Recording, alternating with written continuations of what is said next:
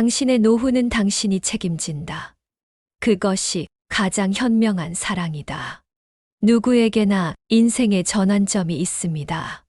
그 순간을 기점으로 삶이 완전히 달라지는 그런 결정적인 순간들이요. 저에게는 그 전환점이 바로 넘어짐이었습니다. 평범한 하루였습니다.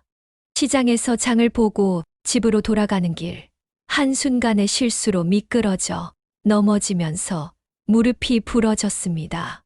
그 순간 제 인생은 두 갈래로 나뉘었습니다. 넘어지기 전의 삶과 넘어진 후의 삶. 안녕하세요. 저는 올해 72, 이예숙이라고 합니다. 30년 넘게 동네 주민센터에서 사회복지사로 일했고, 남편은 5년간의 투병 끝에 하늘나라로 떠났습니다.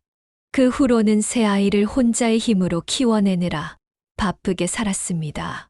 이제 아이들은 모두 장성해 각자의 삶을 살아가고 있고, 저는 이제 좀 쉬어도 되겠다는 생각으로 조용히 노년을 맞이하고 있었습니다. 하지만 인생이란 참 예측할 수 없는 것이더군요. 그날의 사고로 저는 2달간 병원 신세를 져야 했습니다. 처음에는 큰딸 은진이가 매일같이 병원을 찾아왔습니다. 입원 중에 머리도 감겨주고 식사도 챙겨주는 딸의 정성이 고마웠습니다. 아, 역시 우리 딸이야라는 생각에 가슴이 따뜻해졌습니다. 그런데 퇴원을 앞두고 은진이가 말했습니다. 엄마, 당분간 저희 집에서 지내요. 혼자 계시면 위험하니까요.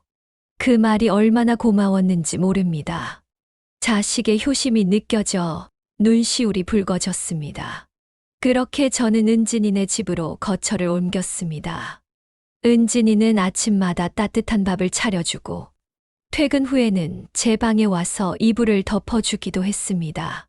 하지만 그 고마움도 오래가지 못했습니다.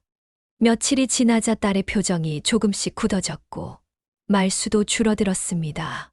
퇴근 시간도 점점 늦어지더군요.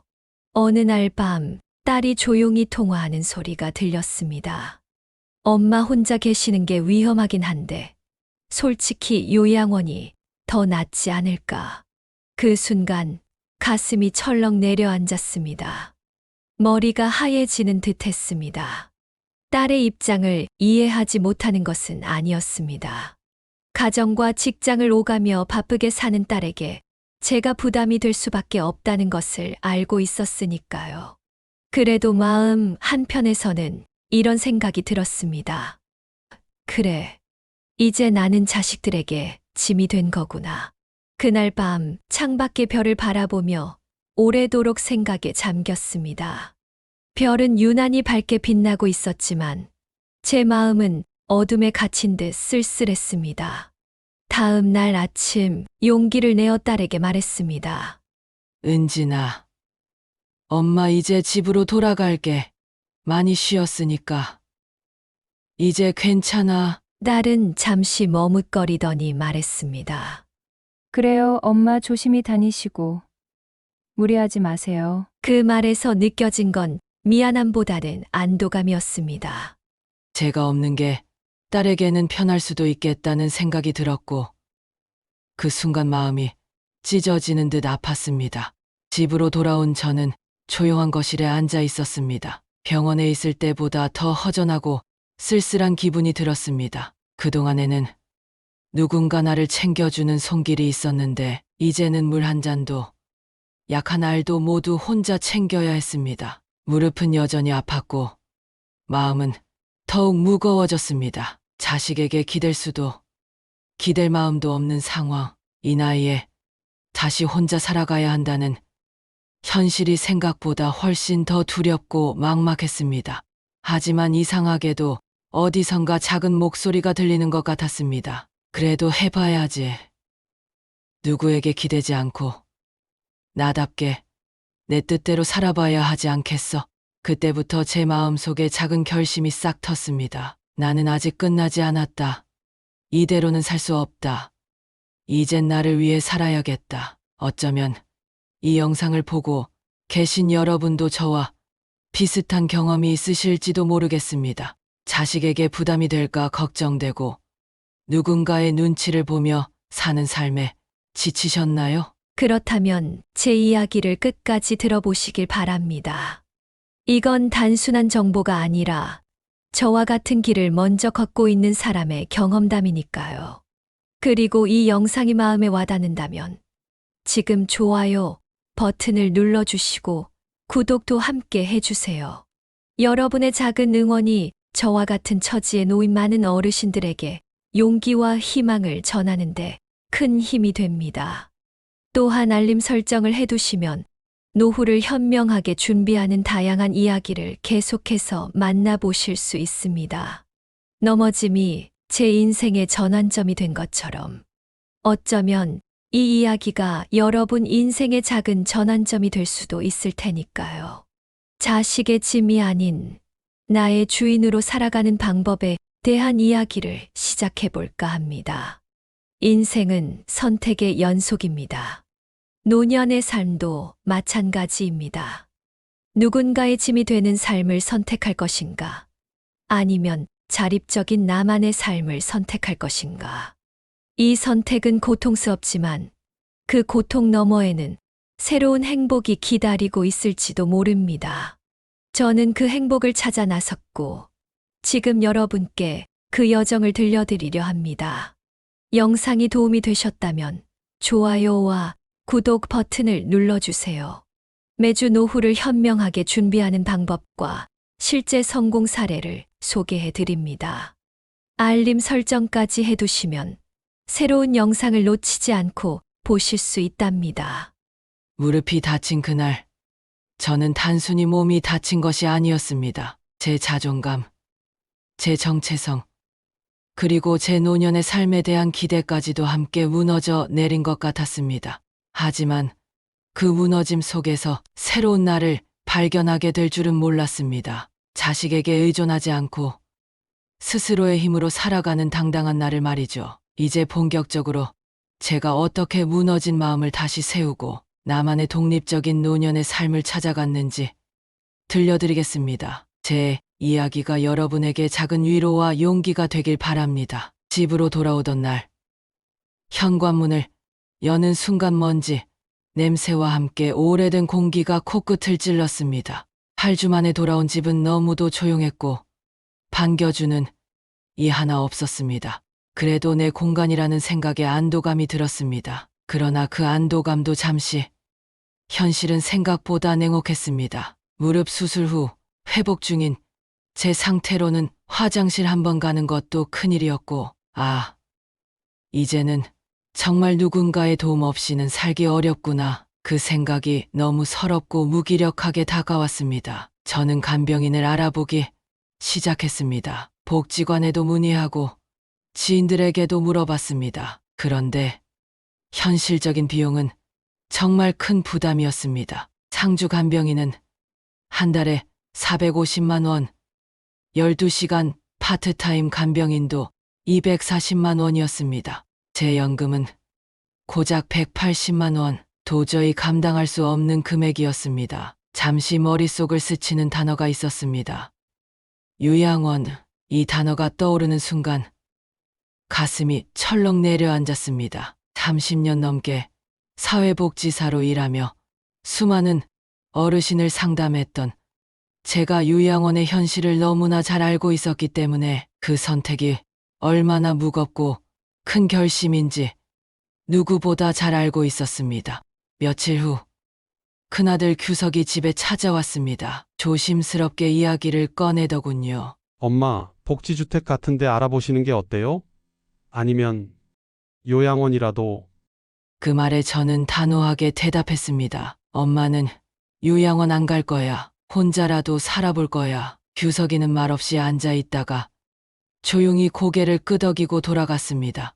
그날 밤, 저는 오랜만에 수첩을 꺼내 한 줄의 문장을 적었습니다. 누구도 나를 책임져 주지 않는다. 나의 노후는 오직 나만의 몫이다. 이 문장은 그 이후로도 제 삶의 좌표가 되었습니다. 그날 이후 저는 진정으로 내가 살아갈 방법을 찾기 시작했습니다. 다음 날 지팡이를 짚고 주민센터를 찾았습니다. 복지 상담실에서 근무하던 후배가 저를 보고 반갑게 인사했습니다. 제 사정을 조심스럽게 이야기하자 후배가 물었습니다. 선생님 혹시 LH 고령자 복지주택 들어보셨어요?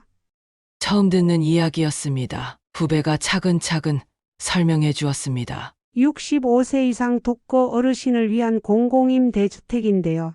임대료는 월 평균 18만 원 정도고 응급호출기, 미끄럼 방지, 바닥 안전 손잡이, 낮은 싱크대 같은 게 다 설치돼 있어요.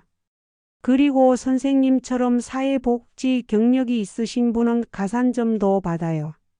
그 말을 듣는 순간 가슴이 두근거렸습니다. 이거다. 이게 내가 갈 길이다. 곧바로 신청서를 받아들고 집으로 돌아와 서류를 챙겼습니다. 손이 떨릴 정도로 긴장되었지만 오랜만에 마음속 깊이 희망이라는 감정이 피어오르는 것을 느꼈습니다.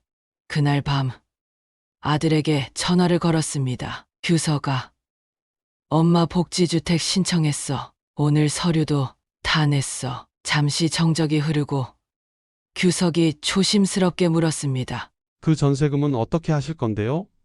그 말을 듣는 순간 가슴이 내려앉는 것 같았습니다. 역시나 엄마보다 엄마의 돈이 더 중요했구나. 하지만 이번에는 서운함보다 단단함이 먼저 올라왔습니다. 미안하지만 이제 내 돈은 내가 관리할 거야. 엄마 없어진 다음에 가져가도 되잖니? 그렇게 말하며 전화를 끊고 한동안 가만히 앉아 있었습니다. 눈물이 나올 법도 했지만 이상하게 아무 감정도 느껴지지 않았습니다.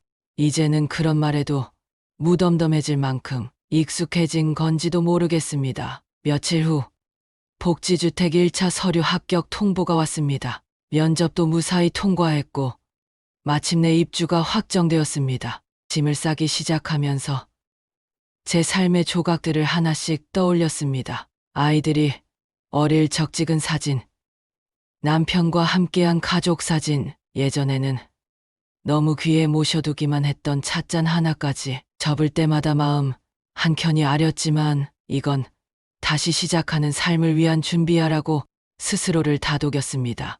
이사 전날 밤 자식들이 찾아왔습니다. 엄마, 진짜 괜찮은 곳 맞아요? 생활 불편하시면 어떡하시려고요? 은진이의 눈가에는 눈물이 맺혀 있었고 규석이도 말을 아꼈습니다. 저는 조용히 말했습니다. 엄마는 이제 걱정보다는 존중받고 싶어. 그리고 이 선택은 내가 하고 싶어서 한 거야. 그 말을 하면서 마음이 시원해지는 것을 느꼈습니다. 이건 외로운 선택이 아니라 나를 위한 선택이라는 확신이 들었습니다.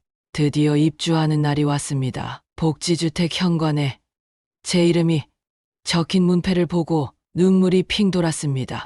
여기서 다시 살아보겠다고 결심한 제 자신이 기특하기도 하고 두렵기도 하고 여러 감정이 교차했습니다. 싱크대는 낮고 욕실에는 안전바가 있었으며 복도는 휠체어도 다닐 수 있을 만큼 넓었습니다. 무엇보다 모든 공간이 어르신을 위해 설계되어 있다는 것이 느껴졌습니다. 그날 밤 TV를 켜고 드라마를 처음부터 끝까지 봤습니다. 누구 눈치도 보지 않고 보고 싶은 장면에서 크게 웃고 울고 혼잣말도 했습니다. 그리고 뜨거운 물로 목욕을 하고 제가 좋아하는 자세로 누워 잠들었습니다. 몸은 여전히 불편했지만 마음만은 그 어느 때보다 평안했습니다. 그리고 그 순간 깨달았습니다. 이제부터가 진짜 제 삶의 시작이라는 것을. 누구를 위한 삶이 아닌 나를 위한 삶. 그것이 바로 제 노년의 새로운 출발이었습니다. 분들이 저처럼 독립적인 노후 생활을 꿈꾸지만 어디서부터 시작해야 할지 막막해 하십니다. 제가 직접 경험하고 배운 것들을 바탕으로 여러분의 자립을 돕기 위한 실질적인 조언을 나누고자 합니다. 노후 자립 생활을 위한 실질적 조언. 1점 복지주택 신청 방법.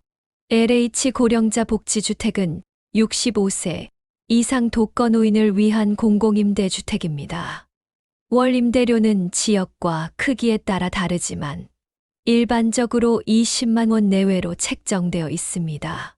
실제로 많은 복지주택은 약 3, 4만 원의 저렴한 월 임대료로 이용 가능합니다. 신청 방법은 다음과 같습니다. 거주지 주민센터나 LH, 지역본부 방문하여 상담. 신청 자격만 65세 이상, 무주택 세대 구성원, 소득자산, 기준 충족. 국가유공자나 독거노인은 우선 공급 대상. 2점 노인 일자리 찾기. 경제적 자립을 위한 일자리 찾기 방법. 가까운 노인복지관 방문하여 노인 일자리 사업 상담. 시니어 클럽, 대한노인회 취업지원센터 활용. 경력을 살린 재능기부나 파트타임 일자리 모색. 사회공헌 활동 노노케어, 공공시설 관리 등 참여. 3점 건강관리 팁. 독립생활 중 건강을 유지하는 방법. 정기적인 건강검진 꼭 받기. 만성질환 관리를 위한 동네 주치의 찾기. 가벼운 스트레칭, 걷기 등 꾸준한 운동하기. 낙상 위험을 줄이기 위한 집안 환경 정비. 응급상황 대비 비상연락망 구축. 4점 사회적 관계 유지하기. 외로움을 극복하고 사회적 관계를 유지하는 방법. 복지관, 경로당, 문화센터 등 적극 활용하기. 같은 취미를 가진 사람들과의 동호회 활동. 자원봉사 활동을 통한 보람 찾기. 가족과의 적절한 거리두기와 정기적 연락. 기술 배우기 스마트폰, 컴퓨터로 소통 능력 키우기. 5점 재정관리 요령. 노후 자금을 효율적으로 관리하는 방법. 기초연금, 국민연금 등 받을 수 있는 혜택 확인. 월별 수입 지출 계획 세우기. 긴급 의료비 등을 위한 비상금 따로 마련하기. 자녀에게 금전적 지원 요청 시 명확한 경계 설정하기. 무료 재무상담 서비스 활용하기. 독립적인 노후 생활은 처음에는 두렵고 어려울 수 있지만 이러한 실질적인 정보와 조언을 바탕으로 한 걸음씩 나아간다면 누구의 짐도 되지 않는 당당한 노년을 맞이할 수 있을 것입니다. 기억하세요. 당신은 혼자가 아닙니다. LH 주택에 입주한 지 어느덧 한 달이 흘렀습니다. 처음에는 모든 것이 낯설었습니다. 이불을 펴는 손길도, 물을 데우는 방식도, 혼자 조용히 앉아있는 시간조차 어색했습니다. 밤이 되면 불안한 마음이 살며시 올라왔습니다. 이 선택이 정말 맞는 걸까? 이제 혼자서 괜찮을 수 있을까? 하지만 신기하게도 그 어색함이 며칠이 지나면서 점점 익숙해졌고 익숙함은 따뜻한 위로로 바뀌기 시작했습니다. 왜일까요? 아마도 이제는 누구의 눈치도 보지 않고 내 속도로 하루를 살아갈 수 있기 때문이 아닐까 생각합니다. 어느 날 같은 층에 사는 박 할머니가 다가와 말을 건넸습니다. 어르신 새로 오셨죠? 오늘 저녁같이 식당 내려가실래요? 그 짧은 인사가 그렇게 반가울 수가 없었습니다. 병원에서도 자식집에서도 느껴보지 못했던 진정한 환대처럼 느껴졌습니다. 공동식당에 가보니 모르는 분들이었지만 다들 따뜻하게 웃고 있었습니다. 누구는 무릎 수술을 하고 왔다고 했고 누구는 남편을 떠나보낸 지 오래라 외롭다고 했습니다. 사람마다 사연은 달랐지만 그 안에 흐르는 마음은 참 닮아 있었습니다. 존중받고 싶다. 그리고 여전히 누군가에게 필요한 존재로 남고 싶다. 그 말로 하지 않은 마음들이 공기 속에 스며들어 있는 것 같았습니다. 그날 이후 저는 복지주택 도서관에 자주 가게 되었고 어느 날 문득 이런 제안을 했습니다. 우리 마음 편지 모임을 한번 해볼까요? 그냥 각자 마음속에 있는 이야기들 편하게 꺼내보는 거예요. 거창한 모임은 아니었습니다. 한 사람씩 돌아가며 이야기하고 누군가는 조용히 들어주고 어떤 날은 함께 울고 웃기도 했습니다. 30년 넘게 사회복지사로 일하며 수많은 이야기를 들어온 제가 이제는 그런 시간을 이웃과 나눌 수 있다는 것이 참 감사하게 느껴졌습니다. 김 선생님, 요즘은 밤에 잠이 잘 와요. 누가 내 얘기를 이렇게 들어준 게 처음이에요. 그런 말씀을 들을 때마다 나 아직도 의미 있는 사람으로 살아가고 있구나 하는 감정이 가슴 깊이 올라왔습니다. 며칠 뒤엔 딸 지연이가 된장찌개 봉투를 들고 찾아왔습니다. 엄마 갑자기 된장찌개가 먹고 싶더라고요. 그렇게 말하며 제 집을 천천히 둘러보더니 말했습니다. 엄마가 여기서 편하게 지내시는 것 같아서 마음이 놓였어요. 생각보다 진짜 좋네요. 그 말 한마디가 그렇게 따뜻하게 들릴 수가 없었습니다. 걱정이 아닌 존중이 담긴 말이라는 것을 느낄 수 있었거든요. 며칠 후에는 아들 규석이가 다육이 화분을 들고 왔습니다. 엄마, 집들이 선물이에요. 물 자주 안 줘도 되는 거라서요. 그의 얼굴에는 약간의 미안함과 조금은 놓아준 듯한 편안함이 스쳐갔습니다. 엄마, 그땐 너무 급해서 엄마 마음보다 제 사정만 생각했던 것 같아요. 그 말에 저는 조용히 웃으며 말했습니다. 그래, 너희 마음도 이해해. 하지만 엄마는 지금까지 도와달라는 말 한마디도 못하고 혼자 울고 있었어. 이 선택은 여의가 필요해서가 아니라 엄마가 존중받고 싶어서 한 거야. 그 말을 들은 규석이는 고개를 숙였고 지연이는 눈물을 훔쳤습니다. 그날 이후로 자식들은 더 이상 돈 좀 도와주세요라는 말을 하지 않았습니다. 대신 이렇게 묻기 시작했습니다. 엄마 오늘은 뭐 하셨어요? 요즘은 어떤 분들이랑 지내세요? 밥 잘 챙겨 드시고 계세요? 그때부터 우리는 부모와 자식이 아닌 사람과 사람으로 대화할 수 있게 되었습니다. 지금 저는 매주 목요일 마음 편지 모임을 엽니다. 누군가는 남편 이야기를 꺼내고 누군가는 자식에게 받은 상처를 이야기합니다. 어떤 날은 그냥 조용히 눈물을 흘리는 분도 계시고 저는 옆에서 그저 손을 잡아드립니다. 그 손끝에서 전해지는 따뜻함이 또 하루를 살아갈 용기가 됩니다.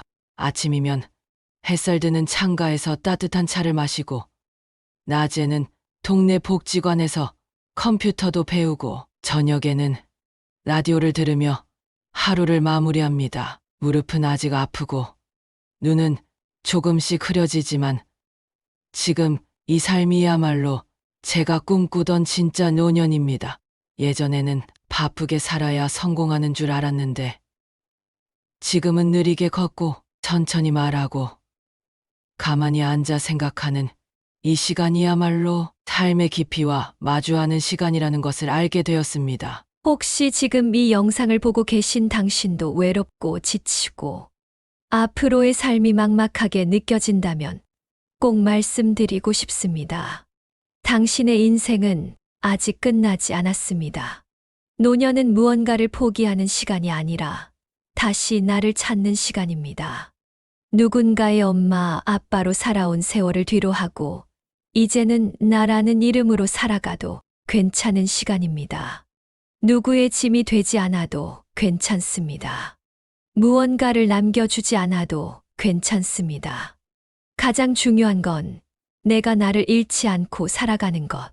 그게 바로 노년의 품격입니다. 이 이야기가 당신의 마음에 닿았다면 지금 좋아요와 구독, 그리고 댓글로 응원 한마디 남겨주세요. 구독과 종 모양 알림 설정을 해두시면 앞으로도 노후를 위한 실질적인 조언과 감동적인 사연을 계속해서 만나보실 수 있습니다. 여러분의 따뜻한 반응 하나하나가 또 다른 어르신에게 희망의 빛이 되고 더 많은 콘텐츠를 만들어갈 힘이 됩니다. 주변의 부모님이나 어르신들과도 이 영상을 공유해 주시면 더할 나위 없이 감사하겠습니다. 그 따뜻한 클릭 하나가 또 다른 누군가의 삶을 바꾸는 희망의 불씨가 될 수 있습니다. 진심으로 감사드립니다. 당신의 노후가 조용하지만 단단한 행복으로 채워지길 진심으로 기원합니다.